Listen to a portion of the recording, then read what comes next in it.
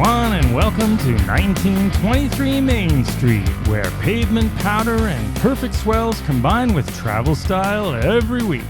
I'm your host, Mike Belobradic, and today, traveling with your board. Packing tips for surfers, snowboarders, and skateboarders. You know, if you're taking a snowboarding vacation this winter or surfing vacation, or if you're heading somewhere and you just want to bring your skateboard with you, how to protect your board, and I don't know if we can avoid airline surprises when it comes to cost, but there are some packing tips we're going to share. If you've never done this before in particular, this episode is for you. Traveling with a board, no matter what kind, it always adds a layer of strategy, sometimes a little stress, let's be honest, to your trip. Some airlines, well, only a few, really welcome boards as standard check baggage. Others charge premium fees, and all of them handle gear with no gentleness at all, pretty much. So you've seen baggage handlers. You want to protect your board as much as you can. First, let's talk about cost. Do airlines charge for boards?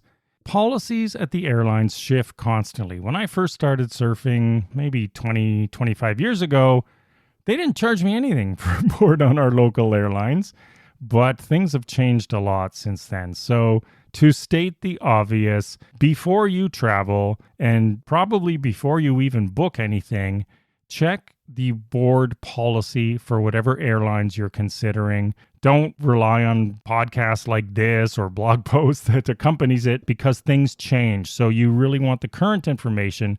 So always check with your airline to see what their policy is around surfboards, snowboards, and skateboards. Most likely for surfboards, they're going to charge a fee. There are some that treat them as standard check bags if they're within weight and size limits, but many still charge a sports equipment surcharge. I remember once thinking I could buy a used board for the price I am paying for checking this board. So, sometimes buying a used board is cheaper than renting. So anyway, you want to be prepared. Snowboards, they're often included as regular check luggage as well, especially if it's packed in a single board bag and it comes under the weight limit. So you're going to want to consider all these things as I get into a little bit more strategy. Skateboards, a little bit easier, obviously. If it's a popsicle stick shortboard, they can often qualify as carry-on if you're lucky. Longboards, you're probably going to have to check it. Again, always check your airline's current sports equipment policy before you book, because a 5-minute search can save you a lot of money at the airport, not to mention annoyance. All right, let's get into packing tips. Let's start with packing tips for surfers. Surfboards obviously are the most fragile of the three board types, and airline baggage handlers are known for not really caring. So any surfer who travels a lot, they'll have their share of broken board horror stories, I'm pretty sure. So protecting your board starts with smart packing. Things were a lot worse before removable fin systems, let me tell you. Back when I started, they weren't really popular or available. So now that's a little bit better, but here's some tips for surfboards. Always use a padded bag, always. A quality padded bag, it's a must. Look for one that has a reinforced nose and tail with 10 to 20 millimeters of padding. You want as much as you can because tips, in particular on a shortboard, are a risky spot for dents, stings, and breaks. So really want to protect those. One of the best travel hacks out there that everybody does is to wrap your rails, nose, and tail in your hoodies, towels, wetsuits, whatever it is, t-shirts. Clothes act as shock absorbers, and they free up space in whatever your main bag is too. So in particular, pay close attention to nose and tail. There's lots of people with YouTube videos showing this. So look around and get some tips like that. Make sure you remove your fins. Obviously, they are pressure points. Remove them, wrap them up as well, and store them in a padded pocket or somehow safe and protected. If you got a brand new board or you're really worried about your rails, you can use that foam insulation tubing as sort of side rail insulation protection. Tape it along the rails. So that's a little bit extra insurance for the side rails, especially in the middle. If you're really worried about it, you can put little bumpers on your board inside the bag. Now, snowboarders. Snowboards are easier to travel with than surfboards, but they still need protection because edges can get damaged and dings can occur. So again, just like surfboards, get a good quality padded snowboard bag. The soft shell bags, padded bags, I should say, they'll work for most. Hard cases, if you're a competitive snowboarder, you're traveling a lot, but frequent flyers would use those as well. But really a good soft padded bag will work. There are soft unpadded. You do not want that. Bindings, here's why I really love my step-on bindings. Step-on bindings are a little easier. That's why I love them, because without the straps, they just fold down a little bit flatter than strapped bindings do. So a little added bonus when I'm traveling with those. But no matter what, you don't really have to take your bindings off, I would say. I mean, you can if you want. It's up to you. If you have a channel system on a Burton board, for example, it might be a little easier. But generally speaking, if you fold them down and pad them, then that's going to really do the trick. If you're really nervous about it, you can take them off and reduce some stress on the board. Gives you a little bit more packing space, but you're still going to have to put the bindings somewhere, so bear that in mind. Again, use your clothes as padding.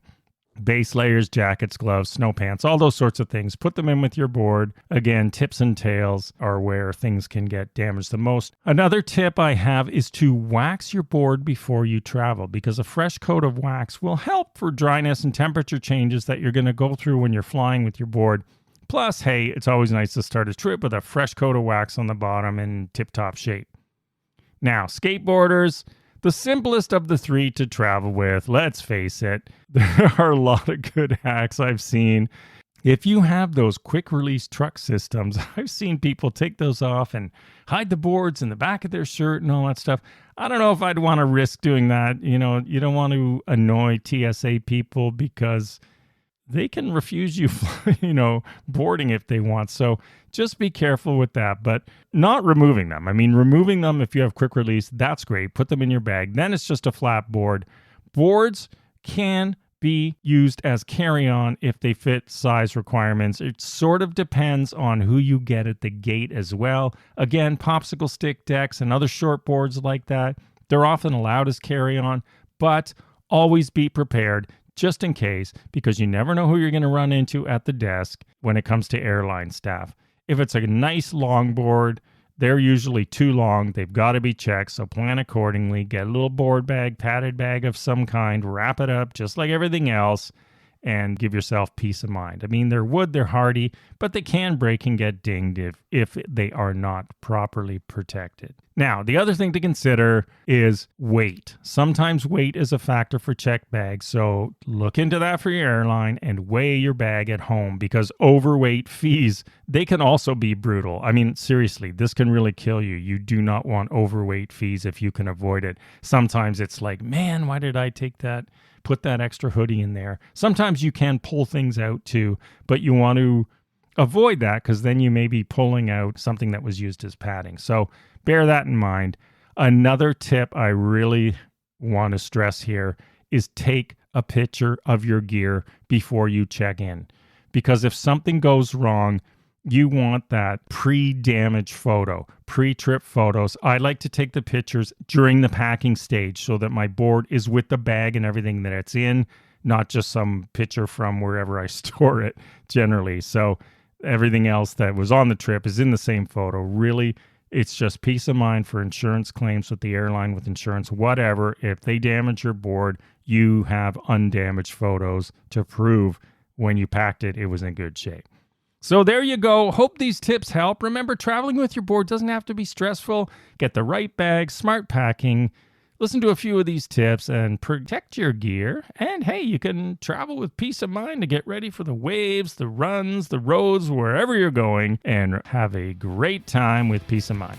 All right, everyone. Thanks as always for listening. Follow along on social media at 1923 Main Street. Visit us in the shop at 1923mainstreet.com. I'll see you again next week, and as always, roam freely and ride bold.